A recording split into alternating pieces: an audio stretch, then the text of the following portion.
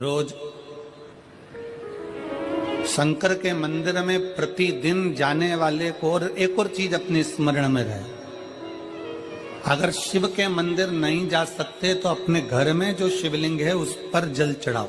और यदि आप अपने शंकर के घर में शिवलिंग पर भी जल नहीं चढ़ा पा रहे हो तो किसी बेलपत्री का वृक्ष हो, उस वृक्ष के नीचे भी जल चढ़ाओ। और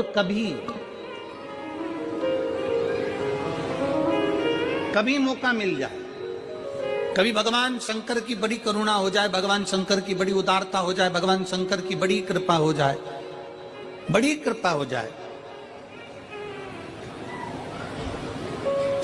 भगवान शंकर जिस दिन तुम्हारे ऊपर बड़ी कृपा कर दे, किसी सोमवार को 3 नियम बना लो। जिस दिन मेरा भोले बाबा तुम पर कृपा कर दे उस दिन सोमवार का एक नियम बनाओ कि महीने का एक सोमवार मुझे ऐसा करना है, 3 नियम धारण करना है महीने के सोमवार को।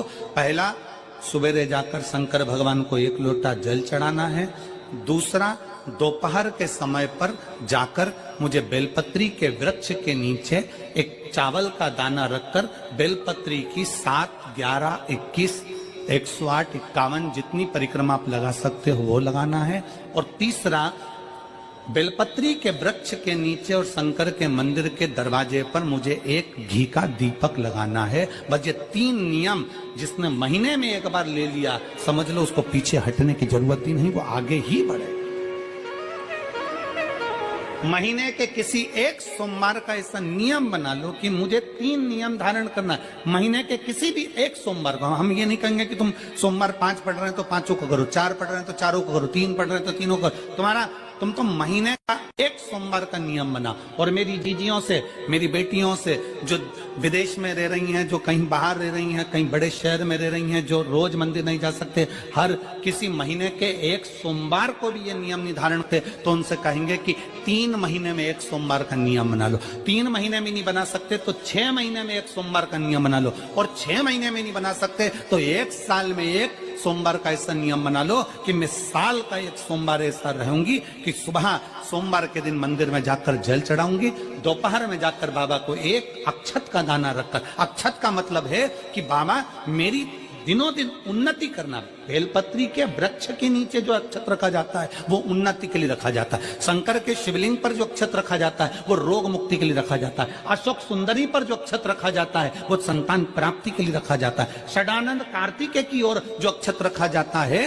वो हमारे बच्चों की सुख समृद्धि के लिए रखा जाता है। विनायक की ओर, गणेश जी की ओर जो अक्षत रखा जाता है वो हमारे घर में कोई मंगल कार्य आ जाए उसके लिए रखा जाता है। और जो पीठिका होती है जिसपे शिवलिंग रखा होता है, पार्वती जी का हस्तकमल, उस पर अक्षत रखा जाता है तो नारी के अखंड सौभाग्य के लिए रखा जाता है। अक्षत रखने का भी तरीका है।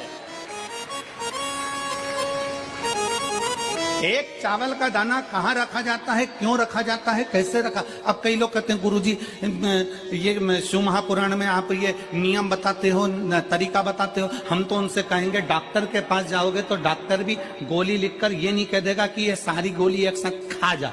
डॉक्टर भी कहेगा ये गोली सुबह खाना है, ये गोली शाम को खाना है, ये गोली दोपहर में खाना, ये गोली भूखे रहकर खाना। बोलो सही है कि गलत है? ये रात्रि को खाना खाने के बाद खा लेना, ये खाना खाने के पहले, ये नाश्ते के पहले। और सुनो, ये दवाई, ये वाली पीछे वाली जो दवाई लो ना इसको दूध से लेना, ये वाली जो दवाई लो ना इसको पानी से लेना। और सुनो, ये डब्बी है इसको पानी में मिलाकर फिर पीना। दवाई लेने का भी तरीका है, उसी तरह शिव महापुराण में एक एक अक्षत का भी तरीका है और एक एक बेलपत्री का भी तरीका है। अब मान लो कई लोग कहते हैं गुरुजी आप ये तरीका बताते हो शिव पुराण के माध्यम से, कई लोगों के मन में संशय जागता है, तो अगर हम एक साथ चावल चढ़ा दे तो उसका क्या तरीका है? तो हमारा निवेदन है डॉक्टर जो दवाई ले एक ही बार में निपटा जाए, एक ही बार में खा ले। दवाई एक बार में पूरी खा गए असर नहीं करेगी, इसमें डॉक्टर का कोई दोष नहीं है। उसने तो बताया था ऐसे लेना, ऐसे लेना। और तुमने, मैं डॉक्टर साहब ने पूछा दवाई पूरी ली, शाम की दवाई भूल गई थी, सवेरे की दवाई भूल गई थी, ये दवाई भूल गई थी। डॉक्टर कहेगा हमने तो नियम बताया था, तुमने नहीं खाई तो असर कहां से करेगी? तुम असर कब करती है? जब हम पूजन के तरीके को जान जाए, जब हम अर्चना के तरीके को जाए। आप साल भर का एक सोमवार निकाल लो, 6 महीने का एक सोमवार निकाल लो, 3 महीने का एक सोमवार निकाल लो, महीने का एक सोमवार निकाल लो, अपने से दिल में बन जाए तो एक सोमवार ऐसा निकालो जिसके 3 नियम धारण हो। पहला, उसी सोमवार जिसको कर रहे हो उस दिन सुबह जल चढ़ाना। दूसरे, दोपहर के समय पर जाकर बेलपत्री के वृक्ष के नीचे एक चावल का दाना रखना और परिक्रमा बेलपत्र की जितनी तुमसे बन जाए, जितनी तुम्हारे शरीर की कैपेसिटी हो, जितना तुम्हारा शरीर चलते बन जाए। हम तो ये भी नहीं कहते कि तुम भूखे रहकर भगवान का भजन करो, हम कभी नहीं कहते। हम तो यहां तक कहते हैं, हमारे पुष्टि मार्ग में यहां तक कहा गया कि वल्लभ कुल की एकादशी करो, भले बकरी जैसे चरो पर एकादशी करो। हम तो यहां तक कहते हैं कि बहुत समय से कल मेरी एकादशी है, एकादशी है, एकादशी है, एकादशी है, पूरे घर को हिलाकर रख दिया, एकादशी है, एकादशी, एकादशी है। बहू टेंशन में, बेटा डिप्रेशन में, पति पपीता ला ला के, सेव फल ला के, मूंगफली का दाना ला के, काजू कतली ला के, सेव फल ला के, और सारा सामान, साबूदाना और खिचड़ी और ना चिप्स ना जाने क्या क्या ला के, बेचारा पति एकादशी आती है वो नौमी से चिंता में पड़ जाता है।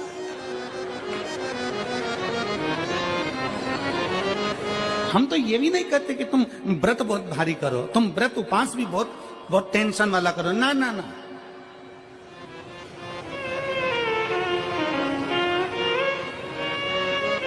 अपने को व्रत उपास भी इतना बहुत भूखे रह रहे हो, बहुत प्यासे रह रहे हो, और मालूम पड़े कि भगवान हमें मिलेगा, भगवान हमें मिलेगा।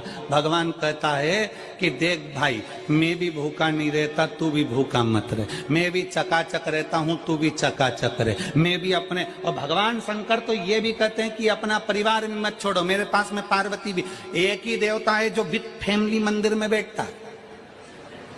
शंकर जी हैं तो पार्वती जी है, तो गणेश जी हैं, तो कार्तिकेय जी हैं, तो नंदी है, सब मंदिर के अंदर चाहिए। शंकर भगवान अपने पूरे परिवार के साथ। शंकर जी तो ये कहते हैं अकेले तुम क्यों रहते हो। शिव जी की एक बात अपने ध्यान में रखना, कितनी सुंदर बात है शंकर भगवान की, बहुत ध्यान में रखिएगा। आप जौहरी नहीं हो, हीरे को नहीं परख सकते। हम भी जौहरी नहीं है, हम हीरा को नहीं समझ सकते। पर भगवान शंकर ने पृथ्वी पर जिसको जन्म दिया उसको जौहरी बनाकर पैदा किया है, उसको जौहरी बनाकर भेजा है कि आप भले हीरा को न समझो चलेगा, पर अपने नजदीक में कोई दुखी है तो उसकी पीड़ा को जरूर समझना। भगवान शंकर कहते हैं उसकी पीड़ा का स्मरण।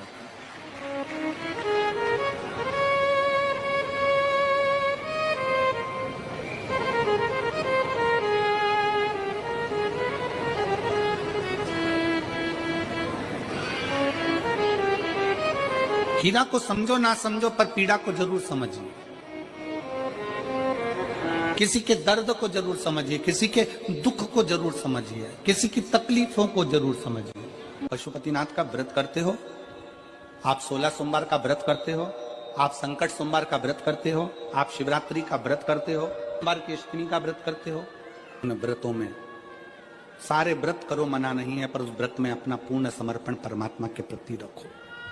केवल खाना छोड़ा है, अन्न छोड़ा है, भोजन छोड़ा है, और दिन में सुबह से लेकर शाम तक 2-3 बार तुमने कुछ ना कुछ पाया है, वो व्रत हो सकता है आपकी दृष्टि में, पर हमारी दृष्टि में व्रत कौन सा है।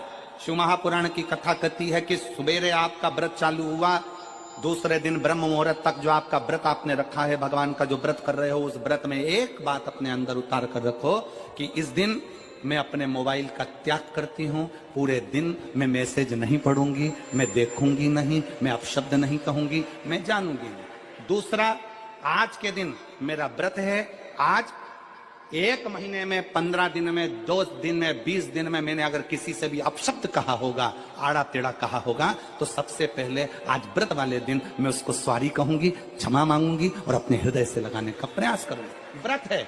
व्रत का तीसरा अंश आज मेरा व्रत है, मैं आज के दिन किसी को भी अपशब्द नहीं बोलूंगी, किसी के लिए आड़ा तड़ा नहीं बोलूंगा। आज जितना बन सकेगा मैं सात्विक जीवन जीऊंगा। चौथा, आज मेरा व्रत है, आज के दिन मैं झूठ नहीं बोलूंगी, ना झूठ बोलूंगा सुबह से लेकर शाम तक। और पांचवा, आज व्रत वाला दिन है, जितना फलार मैं करूंगी उसका पैसा जोड़ूंगी कि 15 रुपए का मैंने साबुदाना खाया, 10 रुपए का बटाटा खाया, ये खाया वो खाया, सारा हिसाब लगाकर 55, 60, 70 रुपए जितने होते हैं उसमें से एक अंश निकालकर मैं उसका एक भाग किसी गौशाला में जाकर गाय को चारा जरूर दूंगा। आपका व्रत, आपकी साधना, आपका तप, आपका बल, आप कैसा कर रहे हैं? केवल भूखे रहने पर भगवत पद की प्राप्ति नहीं होती। शिव महापुराण की कथा कहती है कि भूखे रहने से भगवान की प्राप्ति नहीं होती। शिव पुराण की कथा कहती है भगवान को पाने की भूख बढ़ाने से भगवान की प्राप्ति होती है। भीतर से परमात्मा को पाने की भूख बढ़ाइए, भगवान को पाने की भूख बढ़ाओ भीतर से।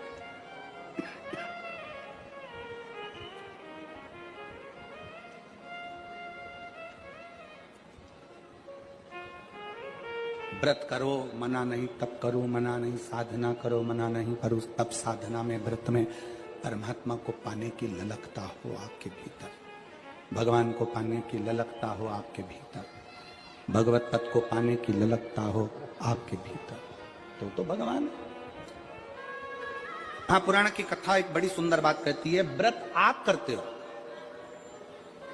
उपास आप करते हो, नियम आप लेते हो, पूरा किसको करना पड़ता है? तुम्हें नहीं। व्रत आप करते हो, उपास आप करते हो, नियम आप लेते हो और पूरा देवाधिदेव करते हैं, भगवान शंकर करते हैं। बस इतना जरूर याद रखें कि जैसे कुछ प्राप्त हो भी गया तो शिव को धन्यवाद देकर शंकर के दरवाजे पर जाते रहना, यह हमारा कर्तव्य है।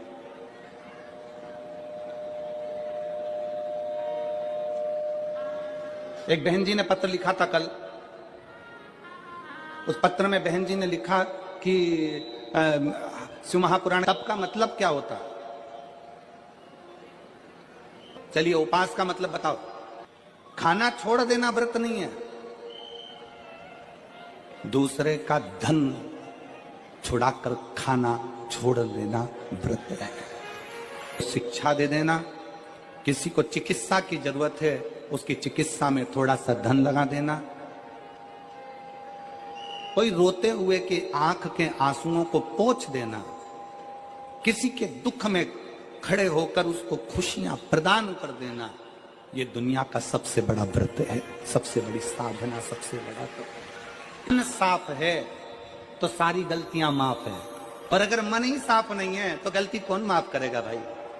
हम भी तो अपनी जिंदगी में एक नियम बना सकते हैं कि मैं श्री शिवाय नमस्तुभ्यम का जाप करूंगी, मेरी कॉलोनी में कोई शंकर जी का मंदिर है, हम 5-10 महिलाएं प्रत्येक सोमवार को 10 मिनट बैठेंगी, शाम के समय प्रदोष काल में 6 बजे 6:30 बजे बैठेंगे, 6:45 बजे 15 मिनट बाद उठ जाएंगे, श्री शिवाय नमस्तुभ्यम का जाप करेंगे, शंकर जी को भोग लगाएंगे। अगर एक हफ्ते में 5 सोमवार पड़ते हैं तो 5 महिलाएं अपना नियम बना ले कि आज का प्रसाद थोड़ा सा, कुछ भी शक्कर, खड़ी शक्कर, कुछ भी मैं लेके आऊंगी, मां भोग लगाएंगे, अपन 5 मिलकर श्री शिवाय नमस्तुभ्यम जपेंगे, प्रसाद बांट देंगे, अपने घर चले जाएंगे। ज्यादा ढोंग प्रपंच नहीं, दिखावा नहीं, कोई एक नियम। हमारे नजदीक में शंकर जी का मंदिर है, हफ्ते में एक बार नियम बनाएंगे, उस मंदिर में सफाई करेंगे। हफ्ते में एक बार नियम बनाएंगे, अपने नजदीक के शंकर के मंदिर को साफ करेंगे, क्लीन करेंगे। एक नियम अपने अंदर बनाओ शिव के प्रति।